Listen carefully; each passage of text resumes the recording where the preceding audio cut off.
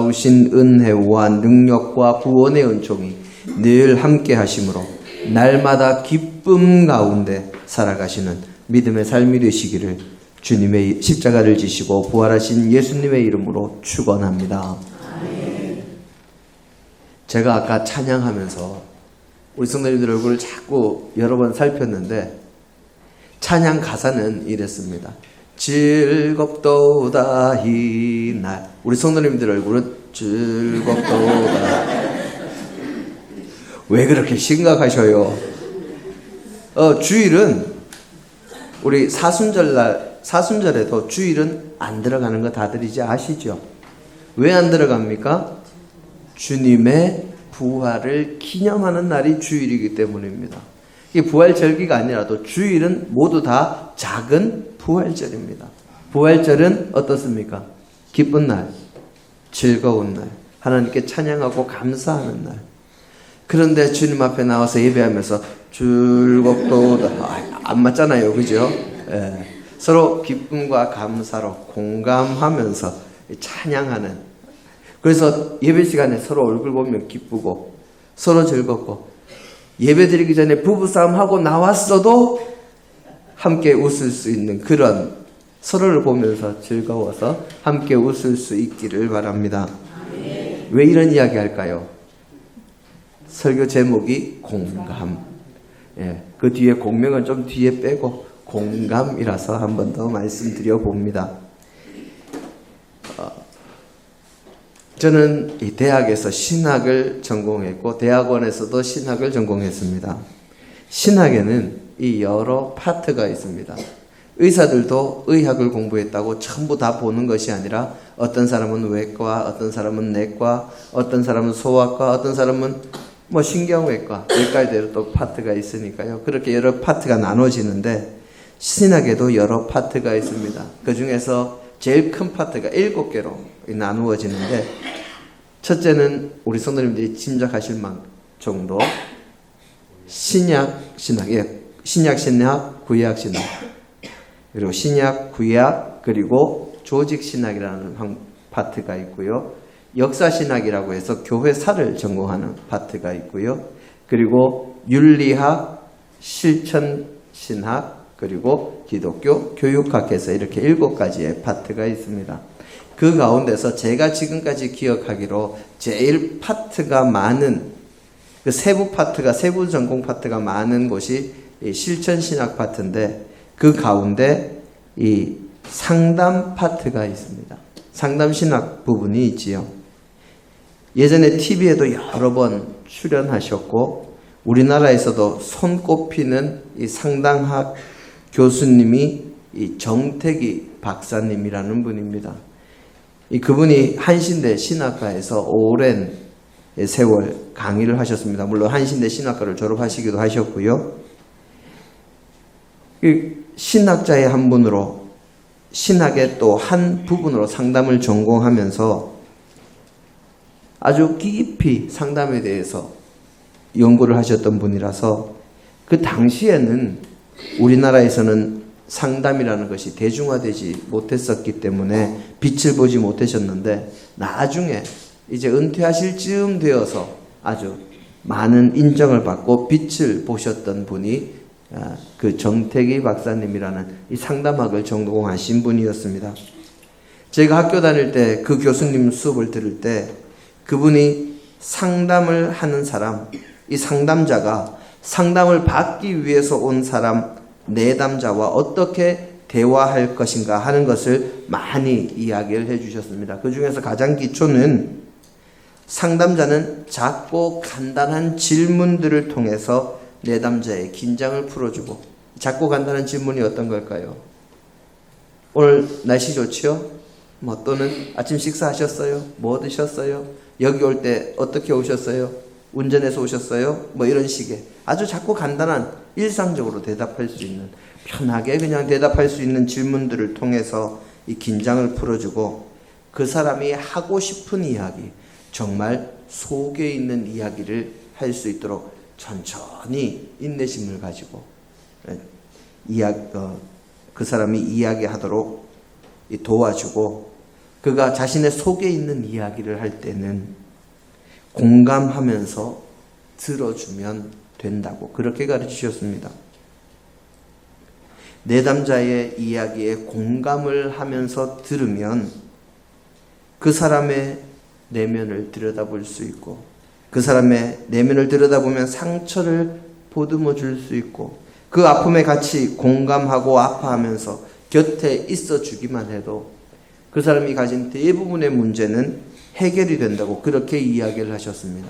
그 이유는 많은 경우에 내담자가 이미 자신의 문제에 대해서 원인이 뭔지 알고 해결책도 뭔지 다 알고 있지만 누군가가 옆에서 좀 들어주고 지지해 주기를 바라는 경우가 많기 때문이라는 것입니다.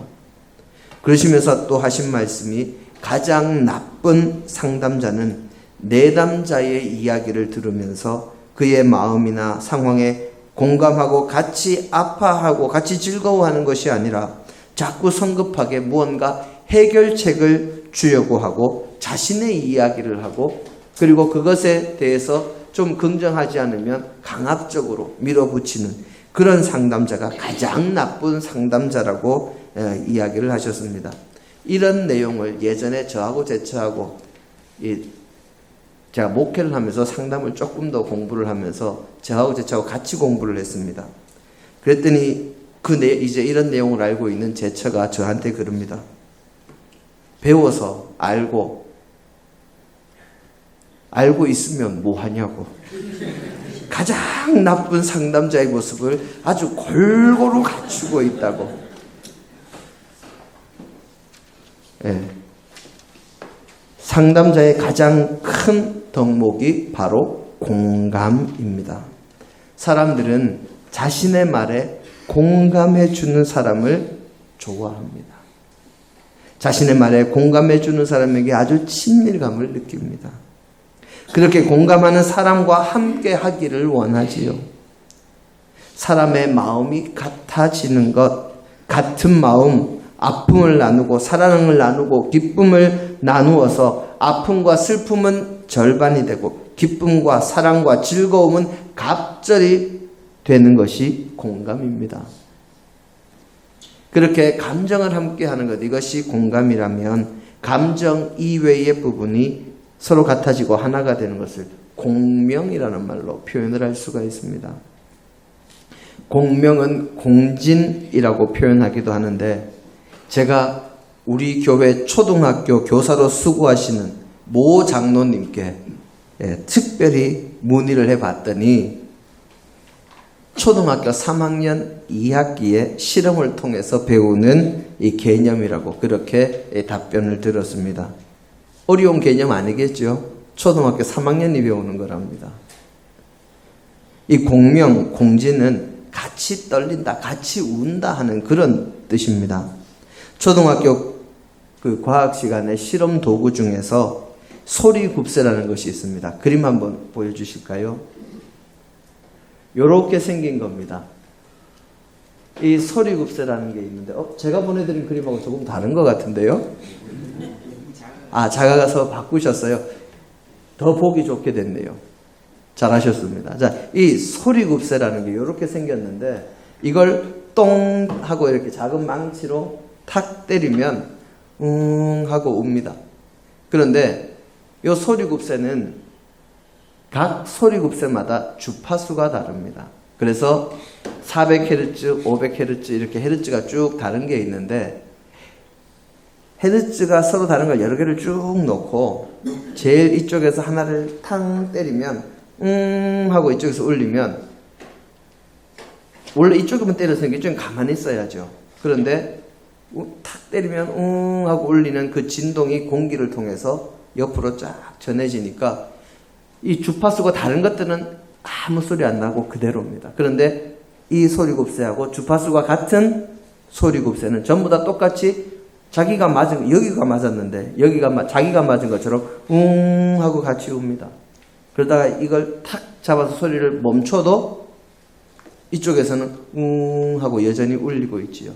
이렇게 같이 울리는 것을 공진, 공명이라고 그렇게 표현을 합니다. 이 고유 주파수가 같으면 좀 멀리 떨어져 있어도 탁 때리면 같이 우는데, 고유 주파수가 다르면 같이 딱 붙여놓고 때려도 울리지를 않습니다. 이 공명은 우리 실생활에도 아주 여러 분야에서 사용되고 있는 기술의 원리입니다.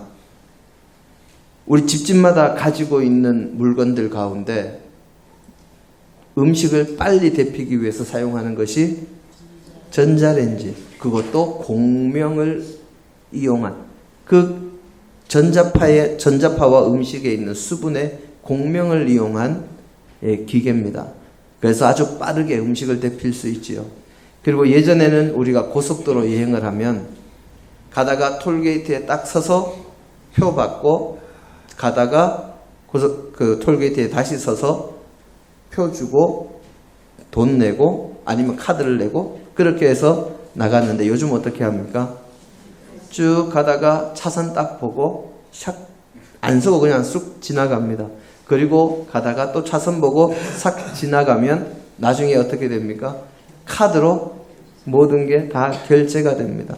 그게 선불카드든 후불카드든요.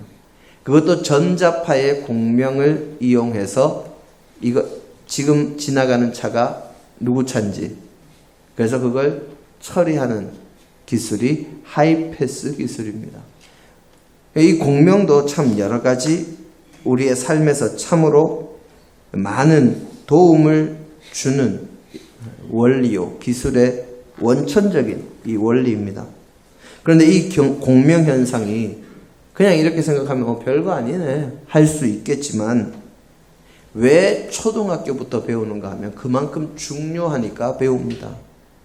이 공명이 한번 제대로 울리면 콘크리트와 철근으로 아주 단단하게 만들어진 구조물들도 쉽게 무너뜨릴 수 있는 아주 강력한 힘을 가진 현상이 이 공명현상입니다. 원래 공명현상의 힘에 대해서 별로 알려지지 않았었는데 1931년에 영국 맨체스터주 이 브리튼 다리가 무너진 사건이 있었습니다. 그 사건을 계기로 알려지기 시작했는데, 그때 당시에 500명 정도 되는 영국 일개 대대가 이 다리를 지나가고 있었습니다. 군인들은 걸어갈 때 어떻게 걸어갑니까? 발을 딱 맞춰서 착착착착 이렇게 걸어갑니다. 모든 군인이 똑같은 박자에 탁탁탁탁 걸어가는 것이 이 다리의 고유 주파수하고 딱 맞아 떨어졌습니다. 군인들이 지나가는데 갑자기 다리 중간에서부터 마구 다리가 출렁이기 시작하더니 어떻게 됐을까요? 무너졌지요. 그리고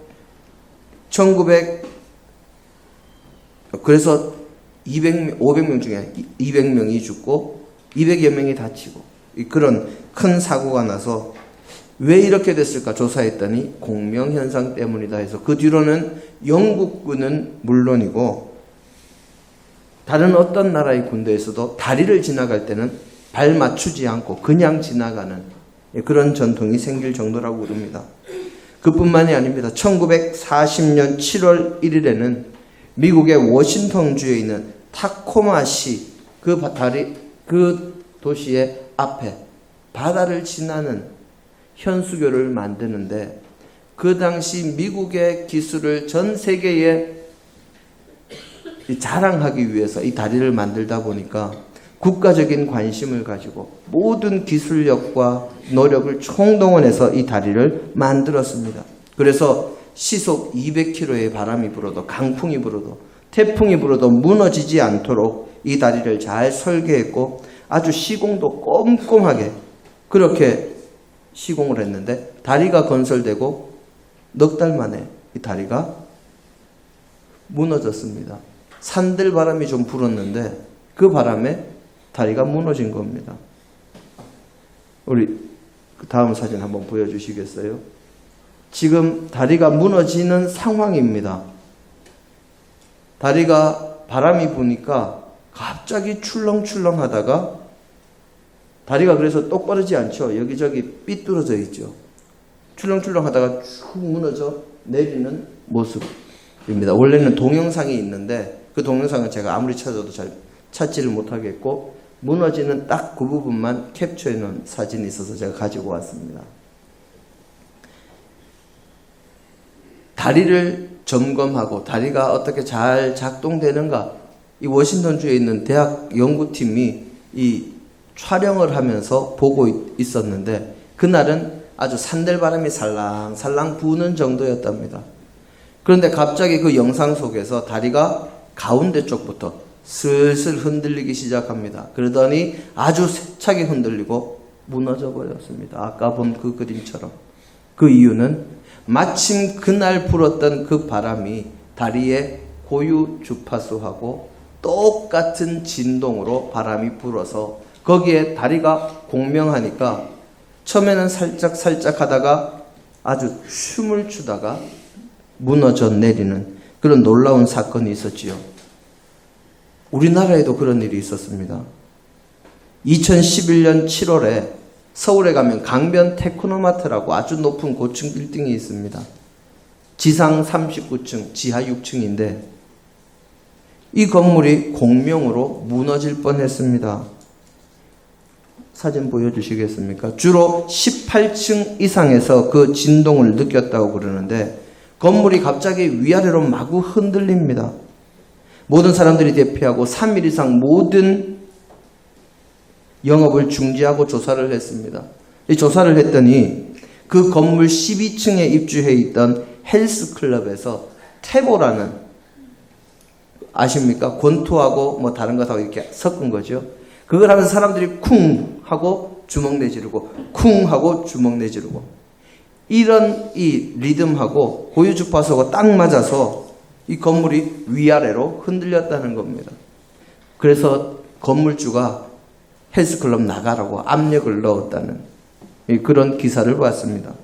그뿐만이 아니라 22년 7월에도 서울 종로구의 큰 빌딩 옥상에 설치된 냉각타워 가운데 하나의 이 냉각 팬이 한쪽이 부러졌는데 평소와는 다르게 팬이 부러졌으니까 진동이 좀 달라졌겠지요.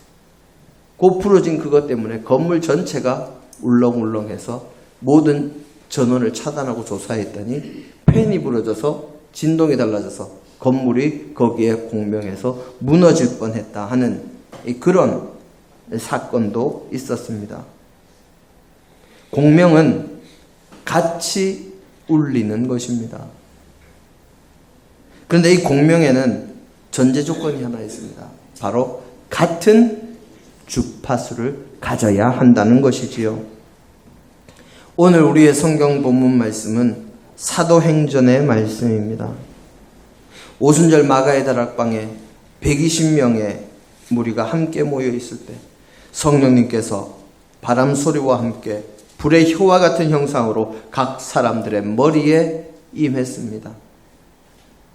이 성령 강림 사건으로 인해서 다락방에 있던 모두가 방언을 말하기 시작했지요. 성경에 기록된 방언은 크게 두 가지입니다. 하나는 우리가 알아들을 수 있는 방언입니다. 사도행전 2장에 보면 이 성령 강림 사건이 일어났을 때 사람들이 전부 저 사람 우리나라 말로 하네, 저 사람 우리나라 말로 하네, 다 알아들을 수 있는 방언이었습니다.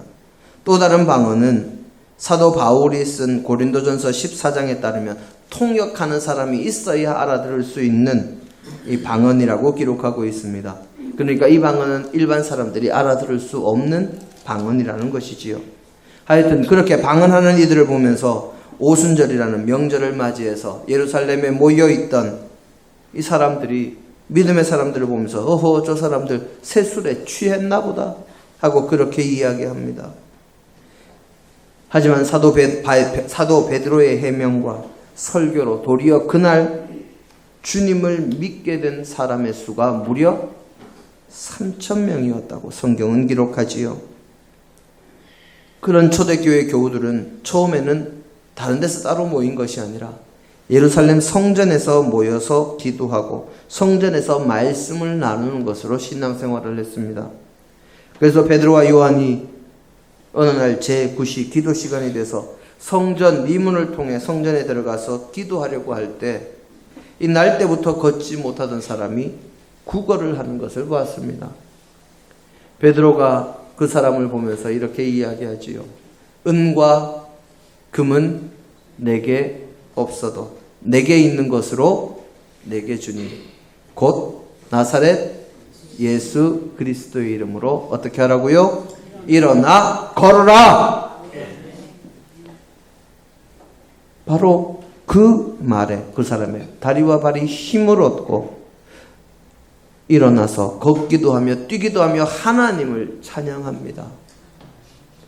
사도들이 성전에서 가르치기도 하고 이런 기적을 베풀자 제사장들과 성전을 맡은 사람들 그리고 사두개인들과 이 관리들이 베드로와 요한을 잡아서 감옥에 가두었습니다. 이튿날 산헤드린 의회 의원들과 관리들이 모여서 사도들을 신문하지요. 신문하는 가운데 이 베드로와 요한의 대답이 성경 말씀을 구약 말씀을 인용해서 대답하는 것을 보고 학문이 없는 사람, 이 배움이 없는 사람, 공부 많이 안 한 사람인 줄 알았는데 공부 좀 했네 하고는 놀라고는 그리고 그 옆에 다리가 나은 사람, 병 고침을 받은 사람들이 옆에 있는 것을 보고는 비난할 말이 없어서 그저 다시는 예수의 이름으로 전하지도 말고 가르치지도 말라 했는데 그때 베드로와 요한이 이렇게 이야기합니다. 하나님 앞에서 너희의 말을 듣는 것과 하나님의 말씀을 듣는 것 가운데 어느 것이 옳은가 판단하라고 그렇게 반박을 합니다. 그 이전이라면 유대 사람들이 무서워서 당신 저 사람과 같은 패 아니요 했을 때 절대 모른다고 맹세하면 모른다고 저주하며 맹세하면 모른다고 그렇게 3번이나 부인했던 베드로가 이 하찮은 여종이 아니라 산헤드린 의회 의원들 앞입니다. 산헤드린 의회는 우리나라로 치면 국회에다가 대법원까지 합쳐놓은 기관입니다. 그런 대단한 사람들 앞에서 당신들 말 듣는 것이 옳소 아니면 하나님의 뜻을 따르는 것이 옳소 당신들이 한번 판단해 보시오. 더 이상 할 말 없으니 또 그들이 한 번 더 협박하고 위협하고 전하지 마 하고는 놓아줍니다.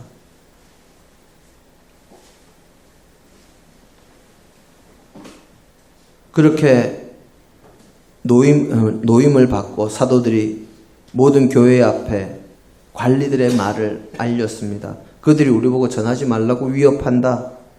그랬더니 제자들이 함께 모여서 권세자들이 하나님의 뜻을 거스른다 하는 시편 2편의 말씀이 이루어졌다고 고백하면서 자신들의 사역 위에 주님의 도우심이 함께 하시기를 구하는 기도를 다 같이 간절히 드렸습니다. 그랬더니 그 기도가 마치자마자 그들이 모인 곳이 진동하고 모든 무리가 성령이 충만해서 담대히 주님의 말씀을 전하게 되었다 하는 것이 오늘 우리의 본문 말씀이지요. 성도들이 기도했더니 모인 곳이 진동했다. 그리고 모두가 성령에 충만했다 하는 것은 바로 영적인 공명, 영적인 공진을 의미합니다. 성령님께서 함께 하심이 모든 이들에게 전해져서 모두가 함께 공명하게 된 것이 성령 충만으로 나타나게 된 것이지요. 성령님께서 움직이시니 그것이 그 안에서 우리의 심령이 그 안에서 같이 움직이니 성령 충만함으로 나타나는 것입니다. 예수님의 복음과 은혜, 하나님의 사랑을 알게 되면서 감사하는 마음으로 정말 자신의 모든 죄를 회개하고 주님 앞에 나아감으로 하나님의 마음에 우리는 공감하게 됩니다. 우리를 사랑해 주시는 분이니 그 사랑에 보답하기 위해서 회개하고 주님 앞에 나갑니다. 우리가 그동안 잘못했습니다 하고 그것이 주님의 마음과 나의 마음이 하나가 되는 공감이지요. 그리고 예수님의 사역으로 예수님의 십자가의 죽으심과 부활하심으로 우리 믿음의 사람들이 회개하고 주님을 믿음으로 의롭다 칭함을 받게 되었으므로 하나님과 성령님과 우리의 고유 주파수가 같아졌습니다. 우리가 주님을 알고 믿고 회개하고 거듭나기 전에는 우리는 죄의 사슬에 묶여있던 존재요, 멸망의 자녀였기에 주님과 공명할 수 있는 존재가 아니었습니다. 주님과 같은 주파수가 아니라 주님과는 완전히 다른 주파수를 가진 세상의 물질과 세상의 쾌락과 세상의 헛된 것들에 우리의 모든 마음과 정성과 힘과 노력을 다하면서 그것들과 공명하던 세상의 사람이 우리였지요.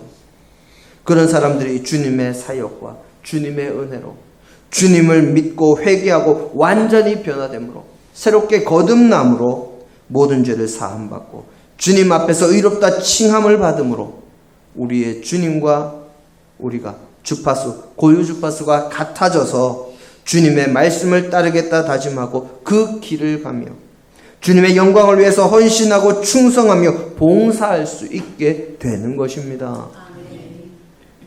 주님의 사랑을 알고 회개함으로 공감하고 주님의 뜻을 따르고 주님의 말씀을 듣고 새기고 행함으로 주님과 공명하니 온전한 주님의 백성이 된 것이지요. 주님께서 이 땅에 오셔서 당신의 사역으로 소리굽새를 치듯이 아주 크게 울리시고 승천해 올라가셨습니다.